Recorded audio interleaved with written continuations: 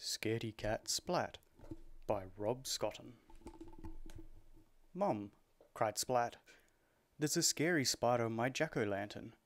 He's small and hairy with really funny eyes." Splat's voice wobbled with worry. "But you're small and hairy with really funny eyes," said his mum.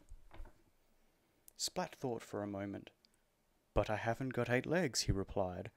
"If you had, maybe you'd be a scary spider too," teased his mum. Splat made a scary spider face. Splat's mum caught the spider under a glass jar. Splat looked closely at the spider. It didn't look so scary now that it was trapped. "Can I take the spider to school for Halloween?" asked Splat. "We've all made jack-o'-lanterns and everyone is dressing up in costumes, and Mrs. Wimpy Dimple is going to tell a ghost story, and there's a prize for the scariest cat, and I want to be the scariest cat. So please can I take the spider to school? Please," he added without taking a breath. "Okay," said his mum. "Where's your Halloween costumes?" asked his mum. Splat pulled a broom from the closet and sat astride it. "Aha! Look at me. I'm a scary witch's cat," cried Splat, racing around the kitchen. "You certainly are scary," said his mum. Then disaster struck. Splat tripped over his tail, and with a crack, the broom handle snapped in two. His scary witch's cat costume was ruined. "Now I've got nothing to wear," Splat groaned. Even Seymour couldn't console him. Splat's mum had an idea. She stuffed some old socks with scrunched up newspaper and tied them to Splat with a string. "There," she said. Splat looked in the mirror and jumped back with a squeal. "Oh, I scared myself," he said. He looked again, and this time he smiled. "Look at me," he cried, waving his sock legs. "I'm a big, scary sock spider." Splat placed his jack-o'-lantern and spider on his wagon and set off to school. On the way he met Spike, dressed as a mummy, and Plank, dressed as a skeleton. "They're pretty scary," said Splat. Seymour nodded and trembled a little. "But I'm scarier," said Splat.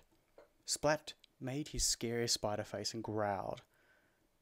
Spike and Plank didn't even blink. Instead...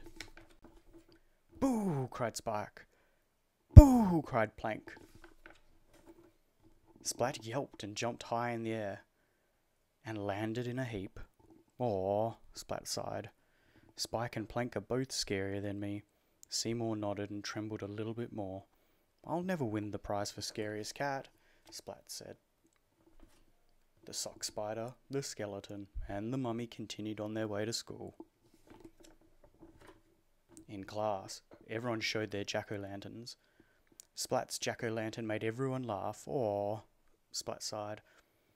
"I'll never win the prize for scariest cat." Seymour shook his head.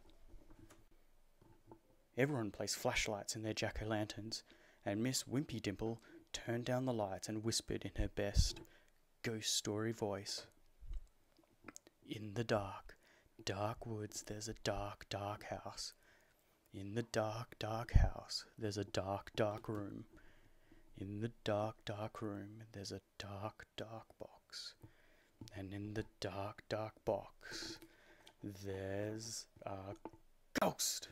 Miss Wimpy Dimple cried. The class jumped with fright. Splat was so startled his tail whipped around and sent his jack-o'-lantern spinning through the air. And what goes up must come down. Splat! Unable to see anything, Splat stumbled around the classroom. Everyone shrieked as the pumpkin head glared at them, making strange wooing noises. Miss Wimpy Dimple turned on the lights and lifted up the wayward jack-o'-lantern. The shrieking turned to laughter as Splat fell out. Calm down, hush, Miss Wimpy Dimple. Now, class, who should win the prize for being the scariest cat?" "Splat!" They all cheered. The end.